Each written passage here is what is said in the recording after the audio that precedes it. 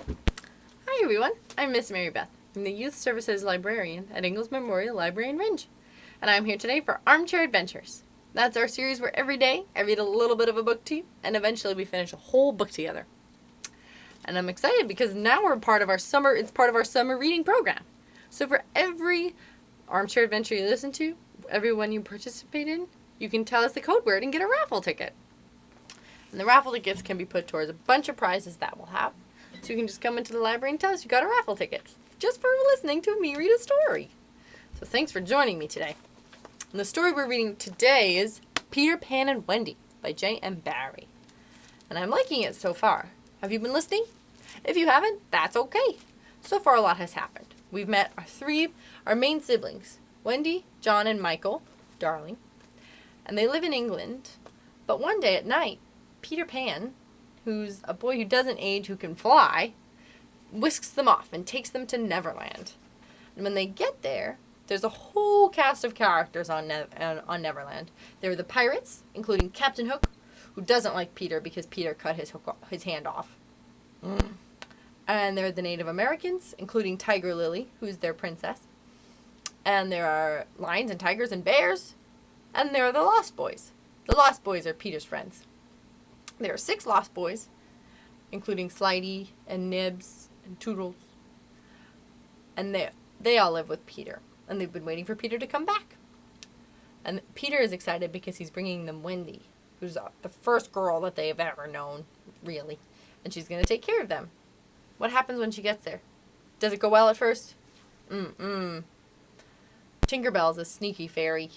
And she tried to trick the Lost Boys into hurting Wendy because she's jealous. But it didn't work. Wendy was saved by Peter's kiss, which was a button. So she was saved by the button, and she lived, and the Lost Boys took care of her and nursed her back to health, and then she takes care of them by reading them stories and making them dinner. So that's where we left off.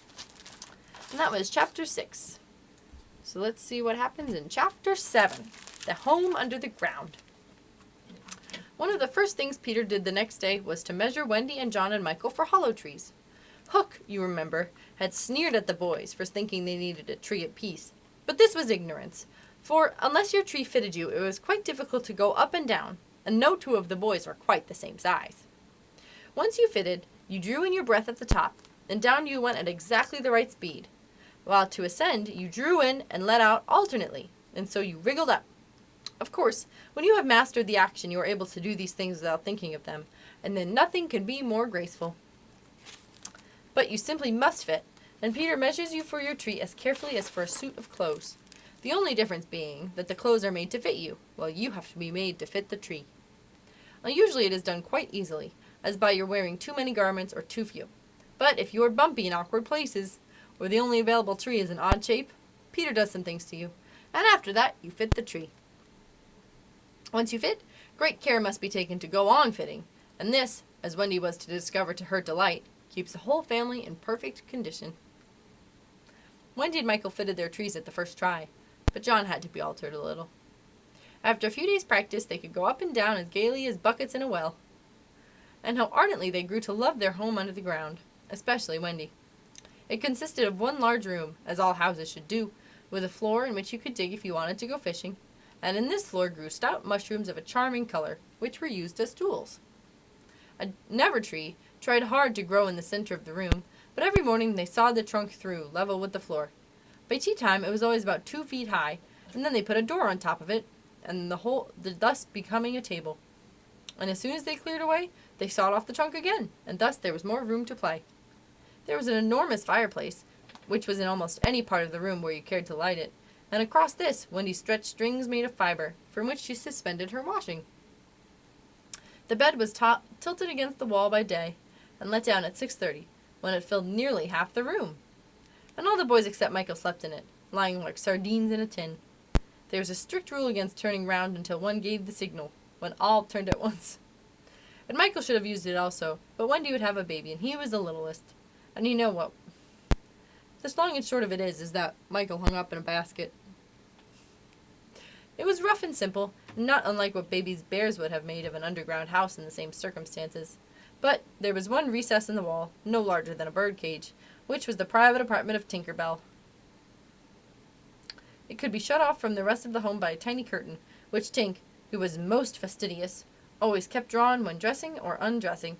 No woman, however large, could have a more extensive closet and bedchamber combined. The couch, as she always called it, was a genuine Queen Mab, with club legs, and she varied the bedspreads according to what fruit blossom was in season. Tink's mirror was a Puss in Boots, of which there were now only 3, unchipped, known to the fairy dealers. And the washstand was pie crust and reversible. The chest of drawers was an authentic Charming VI, and the carpet and rugs were of the best, the early period of Marjorie and Robin. There was a chandelier from Tiddlywinks for the look of the thing, but of course she lit the residence herself. Tink was very contemptuous of the rest of the house, as indeed was perhaps inevitable. And her chamber, though beautiful, looked rather conceited, having the appearance of a nose permanently turned up. What do we think of Tink? I suppose it was all especially entrancing to Wendy, because those rampageous boys of hers gave her so much to do. Really, there were whole weeks when, except perhaps with a stocking in the evening, she was never above ground. The cooking, I can tell you, kept her nose to the pot. Their chief food was roasted breadfruit, yams, coconuts, baked pig, mammy apples, rolls and bananas, washed down with po pie. But you never knew where there would be a real meal or just make-believe. It all depended on Peter's whim. He could eat, really eat, if it was part of a game, but he could not stodge just to feel stodgy, which was what most children liked better than anything else. The next best thing to being to talk about it. Make-believe was so real to Peter that during a meal of it you could see him getting rounder. Of course it was trying, but you simply had to follow his lead. And if you could prove to him that you were getting loose for your tree, he'd let you stodge. Wendy's favorite time for sewing and darning was after they had all gone to bed. Then, as she expressed it, she had a breathing time for herself, and she occupied it in making new things for the boys, and putting double pieces on the knees, for they were almost frightfully hard on their knees. When Wendy sat down to a basketful of their stockings, every heel with a hole in it, she would fling up her arms and exclaim, "Oh dear, I'm sure I sometimes think spinsters are to be envied." Wendy has a lot of work to do. You remember about Wendy's pet wolf. Well, it was very soon discovered that she had come to the island, and the wolf found her out, and they just ran into each other's arms. After that, the wolf followed her just about everywhere. All this, as time wore on, did she think much about the beloved parents she had left behind? This was a difficult question, because it was quite impossible to say how time does wear on in Neverland, where it is calculated by moons and suns, and where there are ever so many more of them than on the mainland. But I am afraid Wendy did not really worry about her father and mother. She was absolutely confident that they would always keep the window open for her to fly back by, and this gave her an ease of mind. What did disturb her at times was that John remembered his parents vaguely only, as people he had only once known, while Michael was quite willing to believe that she really was his mother. They're forgetting their parents. These things scared her a little, and nobly anxious to do her duty, she tried to fix the old life in their minds by setting them examination papers on it, as like as possible to the ones she used to do at school. The other boys thought this was awfully interesting, and they insisted on joining. And they made slates for themselves and sat round the table, writing and thinking hard about the questions she had written on another slate and passed around. They were the most ordinary questions. What was the color of Mother's eyes? Which was taller, father or mother? Was Mother blonde or was she brunette? Answer all 3 questions if possible. A. Write an essay if not less than 40 words on how I spent my last holidays, or the characters of father and mother compared. Only one of these can be attempted. Or describe Mother's laugh, or describe Father's laugh, or describe Mother's party dress. Describe the kennel and its inmate. She's really trying hard to make sure they remember, isn't she? They were just everyday questions like these, and when you could not answer them, you were told to make a cross, and it was really dreadful that a number of crosses even John made. Of course, the only boy who replied to every question was Slighty, and no one could have been more hopeful of coming up first, but his answers were perfectly ridiculous, and he came out last. A melancholy thing. Peter did not compete. For one thing, he despised all mothers except Wendy, and for another, he was the only boy on the island who could neither write nor spell, not even the smallest word. He was above that sort of thing. By the way, the questions were all written in the past tense. What was the color of Mother's eyes, and so on. Wendy, you see, had been forgetting too. Oh no. Adventures, of course, as we shall see, were of daily occurrence. But about this time, Peter invented, with Wendy's help, a new game that fascinated him enormously, until he suddenly had no more interest in it, which, as you have been told, was what always happened with Peter's games. It consisted in pretending not to have adventures, in doing the sort of thing John and Michael had been doing all their lives, sitting on stools, flinging balls in the air, pushing each other, going out for walks, and coming back without having killed so much as a grizzly. To see Peter doing nothing on a stool was a great sight. He could not help looking solemn at such times. To sit still seemed to him such a comic thing to do. He boasted that he had gone a walk for the good of his health. For several suns, these were the most novel of all adventures to him. And John and Michael had to pretend to be delighted also. Otherwise, he would have treated them severely. Peter often went out alone, and when he came back, you were never absolutely certain whether he had had an adventure or not. He might have forgotten it so completely that he had said nothing about it. And then when you went out, you found the body. On the other hand, he might say a great deal about his adventure, and yet you would never find a body. Sometimes Peter came home with his head bandaged, and then Wendy cooed over him and bathed it in lukewarm water, while he told a dazzling tale. But she was never quite sure, you know. There were, however, many adventures which she knew to be true because she was in them herself, and there were still more adventures that were at least partly true, for the other boys were in them, and they were wholly true. To describe them all would require a book as large as an English dictionary, and the most we can do is to give one a specimen of an average hour on the island. The difficulty is which adventure to choose. Should we take the brush with the Native Americans at Slidey Gulch? It was a sanguinary affair, and especially interesting as showing one of Peter's peculiarities, which was that in the middle of a fight he would suddenly change sides. Huh? What? At the Gulch, when victory was still in the balance, sometimes leaning this way and sometimes that, Peter called out, "I'm Native American today. What are you, Toodles?" And Toodles answered, "What are you, Nibs?" And Nibs would answer, "I'm a Native American. What are you, Twin?" And so on. And then they were all Native American.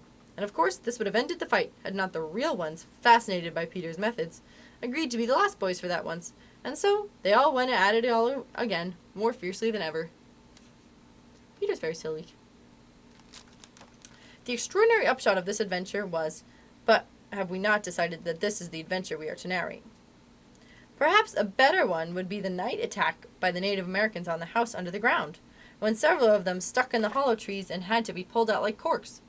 Or we might tell how Peter saved Tiger Lily's life in the Mermaid's Lagoon, and so made her his ally.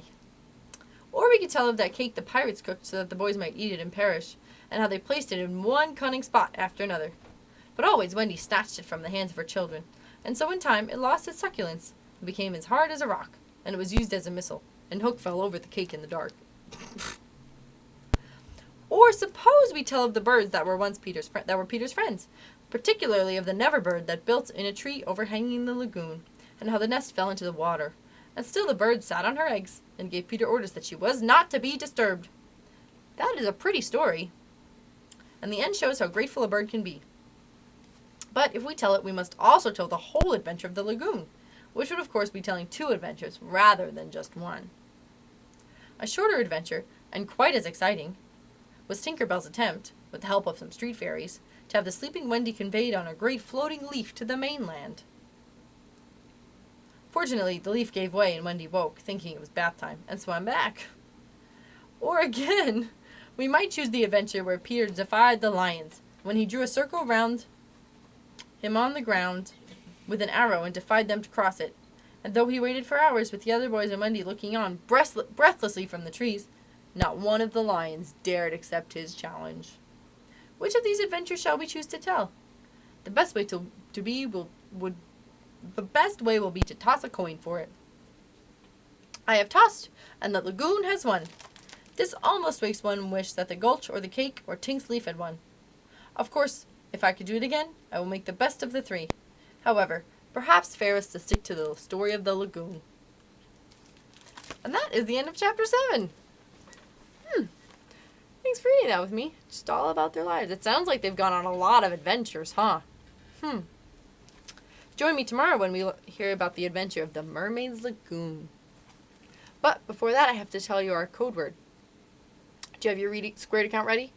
Are you all set? Your code word is flying. Got it? Okay, good.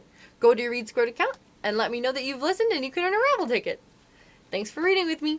Have a fun day.